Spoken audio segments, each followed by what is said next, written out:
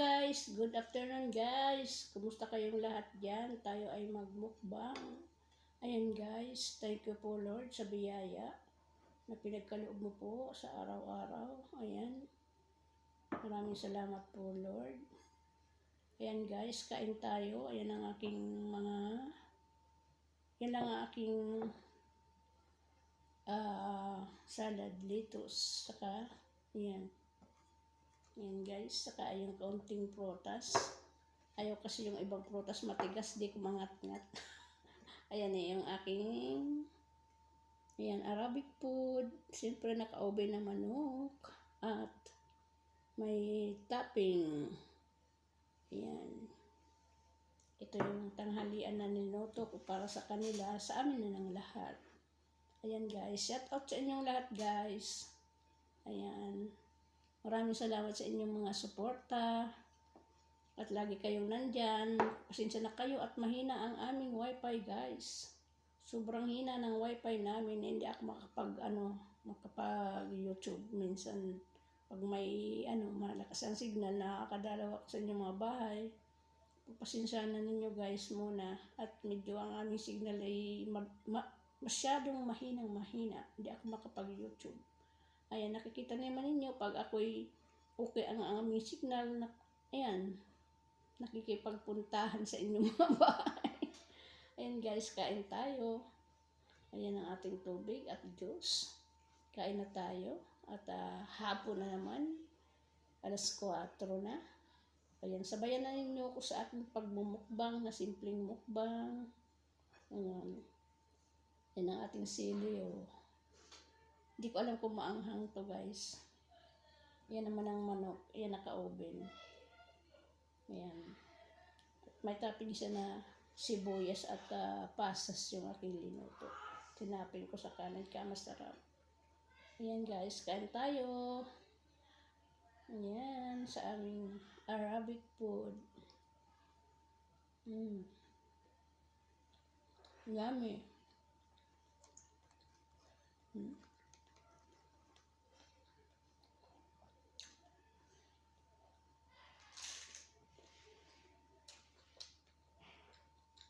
Hindi ko alam kung maanghang.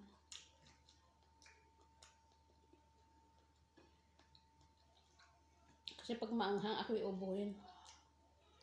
Magsisinok, tsaka nasasamid ako pag maanghang.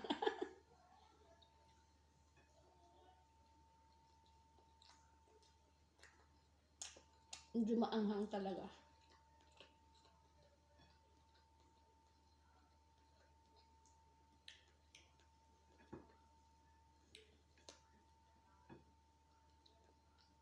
Kain na tayo. Sabay na kayo sa akin guys. At medyo gutom na si Ate Tere.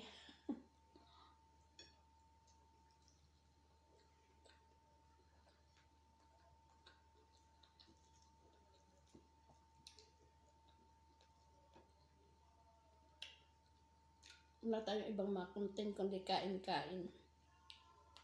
Diba kasi dito sa loob ng bahay.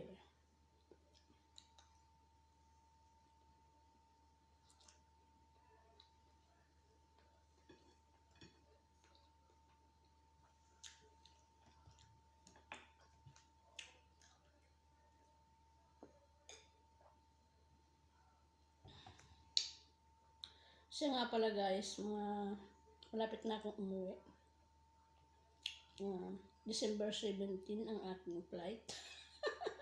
Ako'y natutuwa at masaya ang aking puso.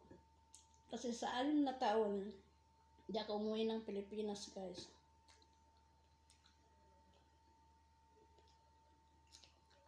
Pinakahuli ko ng pinakahuli kong apak ng Saudi ngayon. 6 na taon na akong umuwi.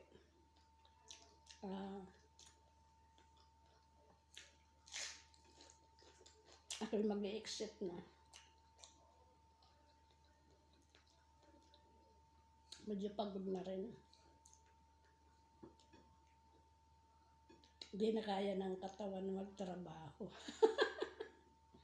Pagod na sa tagal ng panahon.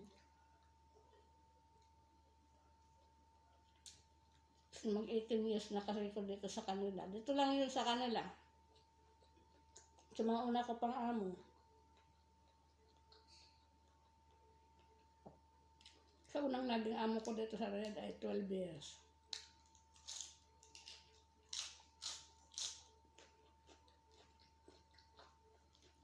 Tapos, nag-exit ako dun sa amo ko.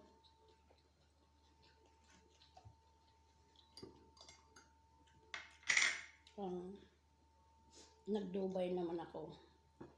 Tapos pagdating ko ng Dubai, di naman maigi yung aking amo. Kaya 10 months lang ako sa Dubai. Ayaw na yung may cellphone kami. At ayaw din niya yung makipag-usap kami sa mga kapwa namin. Bawal yung cellphone. Ayun. Nagkumuha kami ng cellphone na patago. Nahuli yung cellphone ko.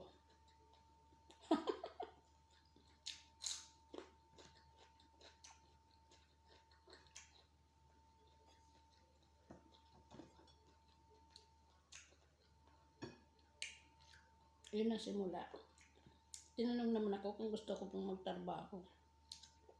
Pero sabi ko hindi, nauwi na akong Pilipinas. Para ano naman, wala kang cellphone. Tapos, pwede naman kami tumawag sa kanilang cellphone. Bigyan pa kami ng card. Ay, hindi naman pwede yun. Nakakahiya yung matmaya ka sabi sa kanilang natawag ka.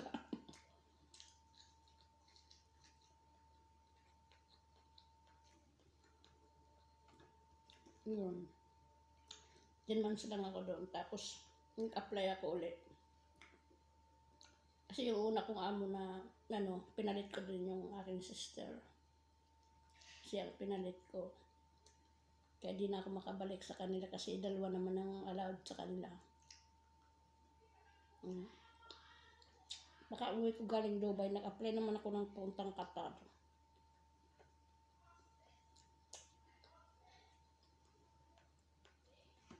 Nag-ano naman ako sa Qatar, nag-2 taon din naman ako.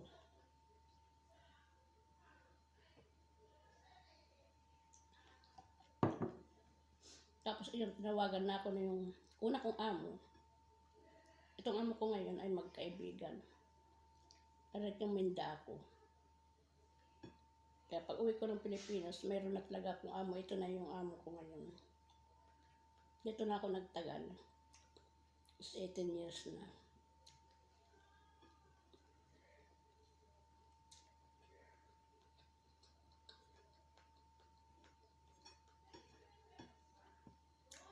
Ako na nagpalaki ng isang alaga namin.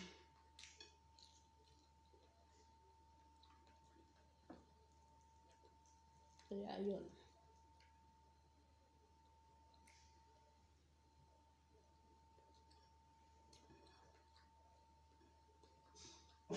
Ngayon, mula 1992, pag-abroad ko hanggang ngayon 2025, ilang taon na, napakatagal na. Siguro mga 33 years na.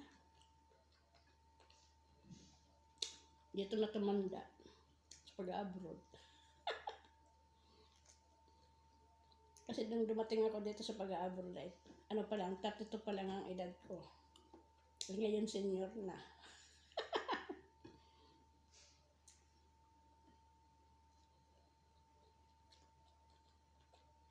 Ngayon, exit na ako.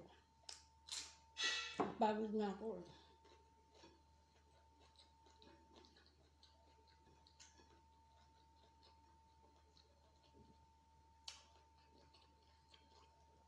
Ayak pa naman sana umuwi. Sayang din. Yung buwan-buwan na may sinasahod ka. Pero wala. Pagod na. Nagreklamo na yung katawan ko.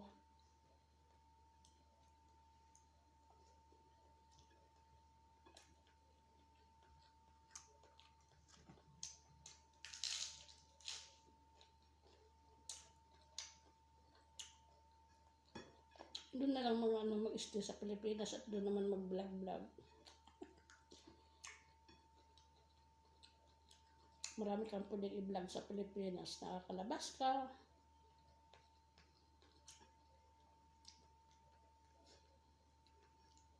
Dito hindi. Bira naman makalabas.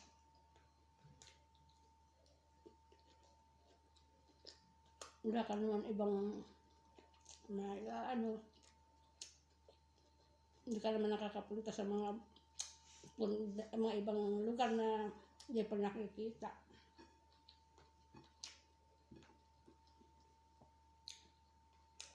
Sa Pilipinas, marami kang pwedeng i-vlog.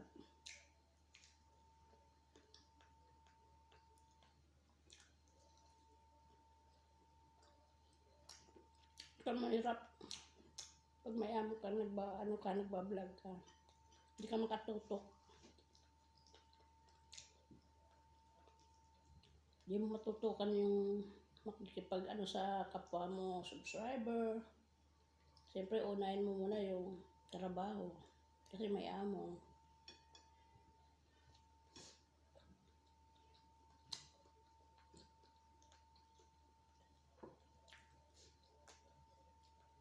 Kaya, minsan talaga ganun. May sabayan pa ng mahina ang wifi. Ang signal. Hindi nga ako nakakapag-live. Hindi kaya ng signal.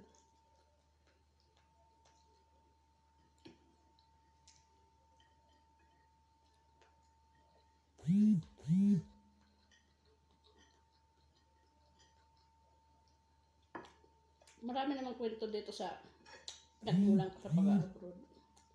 Yun nga, yun sa Dubai. Hanggang sa napapunta nga ako sa napapunta ako sa Polo. Halos inabot ako doon ng para ka doon nakakulong.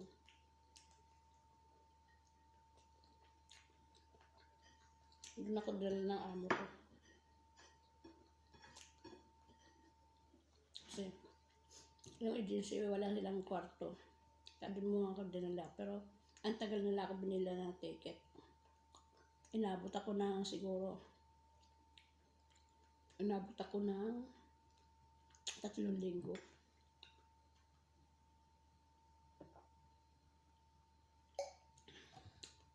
Napakahirap sa loob ng Polo. Para talagang para kang preso. Pagkain doon, takal-takal. Lahat problema. Siksika na tulugan. Paligong uwak. Maliligo ka, may kasabay ka sa loob. Naku, Diyos ko. Kung ano ng mga naranasan ko sa buhay ko pag-abroad. Maliligo ka, may kasama ka sa loob na ilang kayong babae, kailangan dalian kapag hindi ka mag-ubad at hindi ka ako, abayin ka ng mga kapwa mo Pilipina. Kaya, yun mga naranasan ko sa Polo. Kasalanan lang yung cellphone.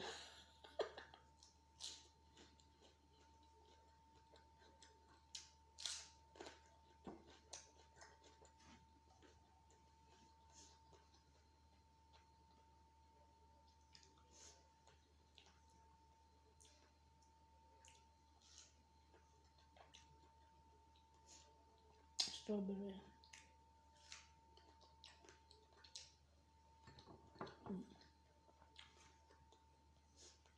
Paborito ko to, tamis.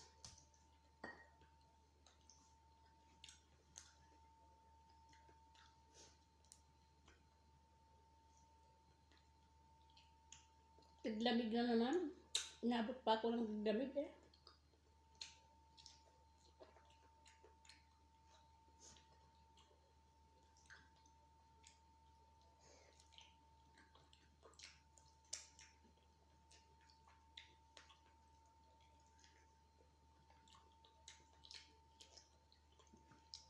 Dapat ang dami ko pang pinakargo kasi naimbak yung aking mga pinamimili-mili pag lumalabas kami, naimbak yung aking mga hindi ako nakakapagpakargo kahit kailan.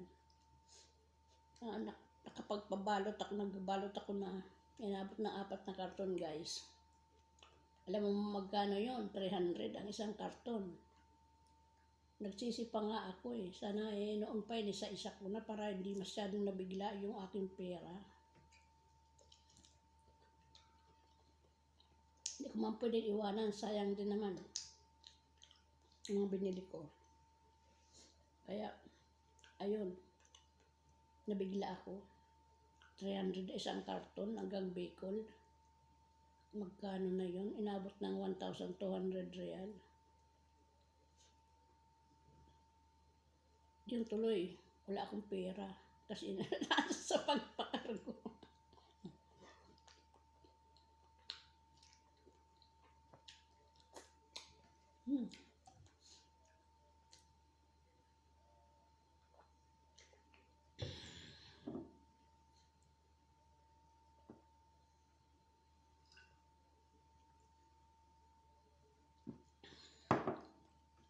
Ayan guys, maraming salamat. Huwag kalimutang i-subscribe si Ate Tere. At huwag kalimutang kalimbangin ang notification bell para updated kayo sa lahat ng susunod kong video. Baka sa Pilipinas na. Ayan guys, thank you. Bye-bye. Ingat kayong lahat. God bless all.